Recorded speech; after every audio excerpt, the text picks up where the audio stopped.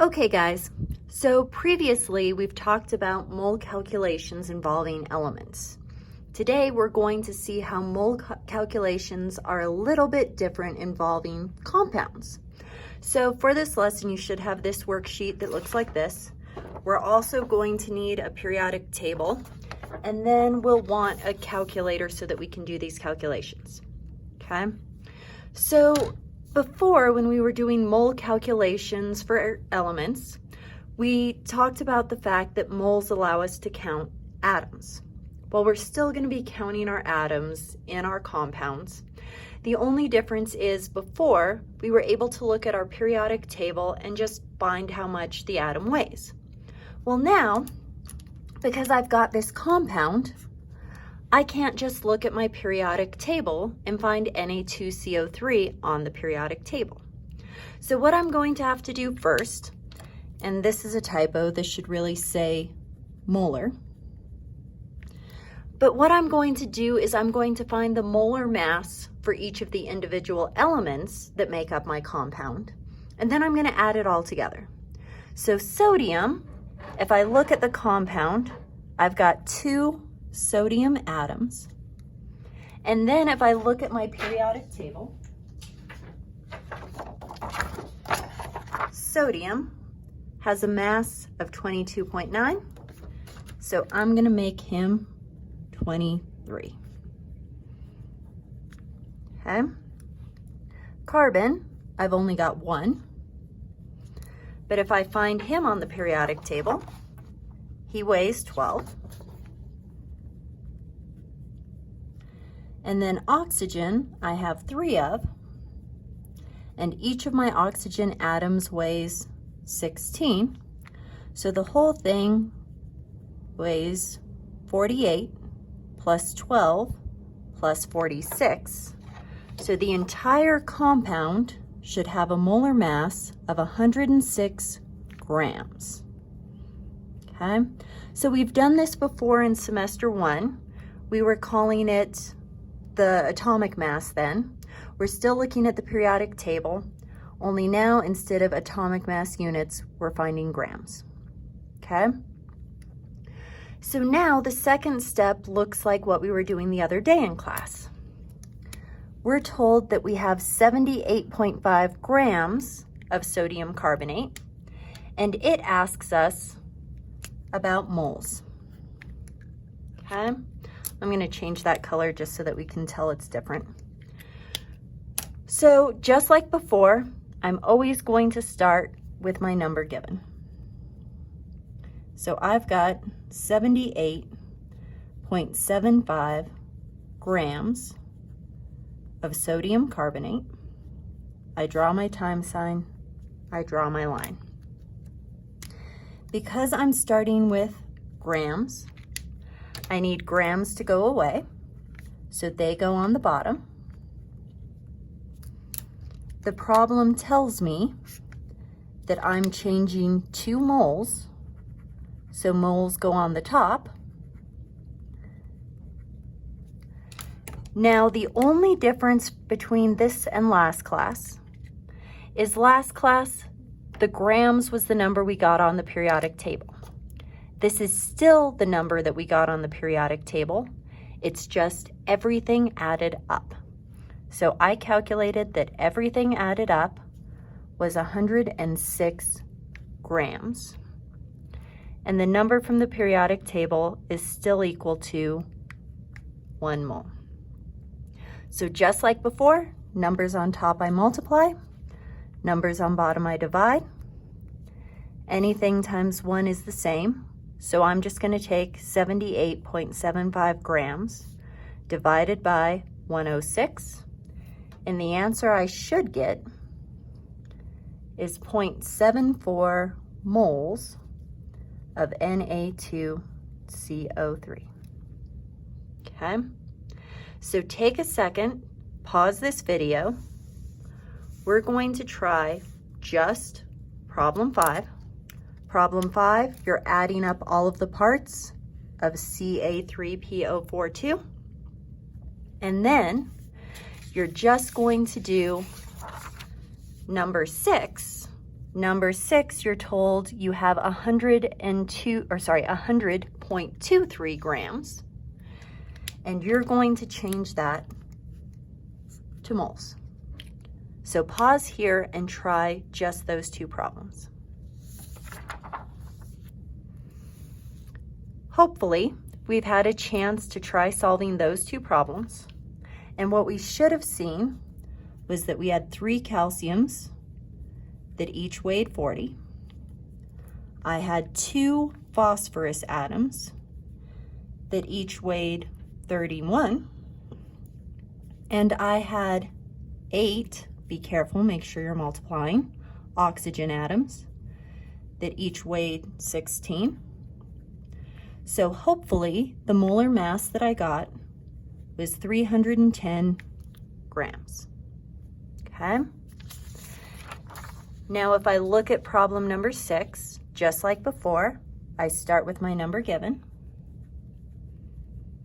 which was 100.23 grams of calcium phosphate. My grams should have gone on the bottom to cancel out. I'm changing to moles. Grams is the number from the periodic table, and it's what I calculated in this first step. So I should have had 310 grams. And the number from the periodic table is always equal to 1 mole.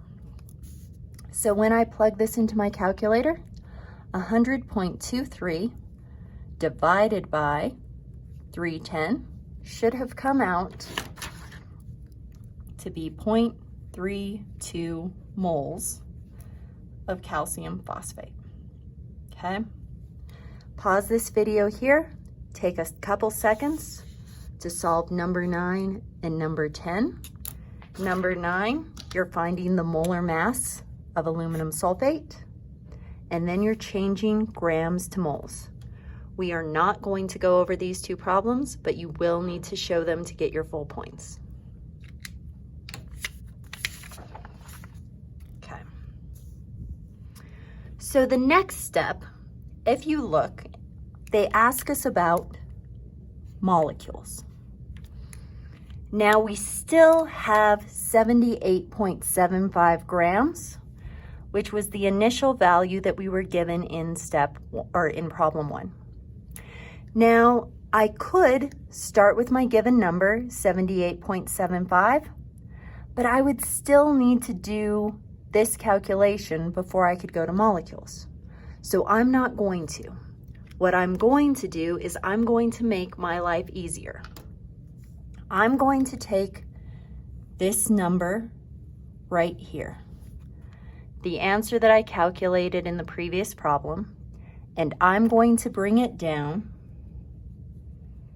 as the starting number for my next problem.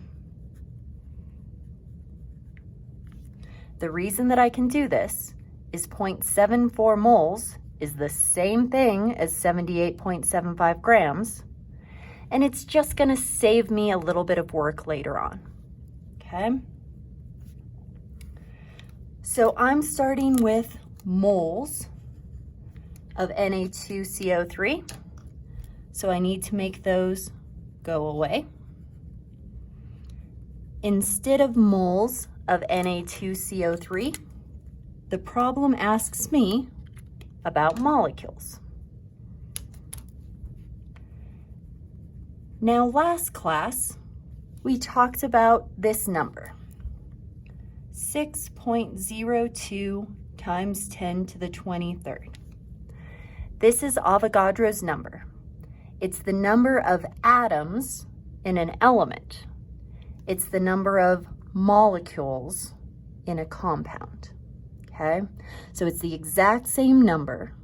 It's just saying if I'm talking about something like aluminum or lead or copper, I'd use the term atoms.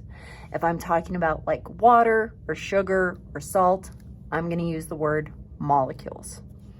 But 1 mole is always equal to Avogadro's number. So when I plug this into my calculator, if I have a scientific calculator, I can enter it exactly the way it is. Or I can just take 0.74 times 6.02, and my calculator will tell me 4.45. Now, if I just leave it like this, I'm gonna lose points. Do not forget to write times 10 to the 23rd. That's the difference between somebody owing you $4.45 billion and them giving you $4.45. Make sure you keep all of those zeros, okay? And then moles have canceled out. I'm left with molecules. Okay, so take a second, pause the video, solve number 7. Remember, we're starting with our answer from the previous problem, and we're changing that to molecules. Pause now. Hopefully, if you've tried this problem, we said that we had 0.32 moles of calcium phosphate. I wanted moles to go away, so I put them on the bottom. I'm changing to molecules. I know that for elements, I use the word atoms. For compounds, I use the word molecules. But either way, it's Avogadro's number. And Avogadro's number is equal to 1 mole. So when I plug this into my calculator, 0.32 times 6.02, I should get 1.9. I don't forget this part, so I write times 10 to the 23rd molecules. Take a second, pause this video, solve number 11. We're not going to go over it, but you are going to have to show that you have it done.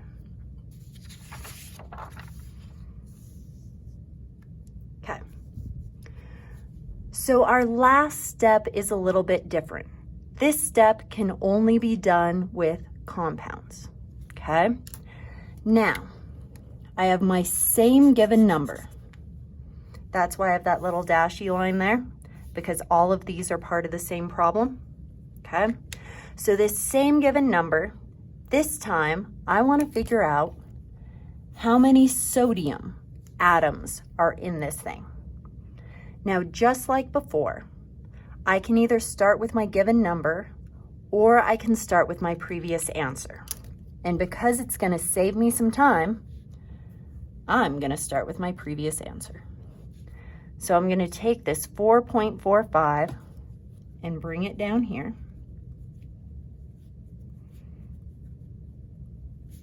As my starting number. The reason that I can do this number is equal to that many moles. That many moles is equal to my starting number. So all of those numbers are interchangeable. This is just going to save some work for me. Okay? So I'm starting with molecules. I want my molecules to go away, so I'm going to put them on the bottom. I'm changing to atoms of sodium. Now this part looks really, really different, so pay attention very closely, okay? When I talk about the word molecule, I'm talking about this entire thing. So Na2CO3. If I have one molecule of Na2CO3, I would have 2 atoms of sodium because of the 2 next to the sodium, okay? This 2 came from the formula. For every one of this whole thing, I've got 2 NAs. So I'm just taking my previous answer and multiplying it by 2. Again, I'm going to just take the 4.45 times 2. My calculator will tell me that that's 9. And I'm going to make sure that I don't forget times 10 to the 23rd. Now these are atoms, but not all of my atoms, just sodium. Okay? So take a second. Do number 8. Number 8 is looking for atoms of phosphorus. Pause and try now. Hopefully, we started with the number given from the problem before. So 1.9 times 10 to the 23rd molecules. Because I'm starting with molecules here, they go on the bottom. The problem asks about atoms of phosphorus. Now, if I have 1 molecule of Ca3PO4 2, originally I had 1 phosphorus atom, but it's in parentheses, so I multiply. 1 times 2 is 2. So I have 2 atoms of phosphorus. So if I take 1.9 times 2, I should get 3.8 times, don't forget this part, 10 to the 23rd. These are going to be atoms of phosphorus. Okay? So I'm not going to go over number 12, but take a couple minutes, finish number 12.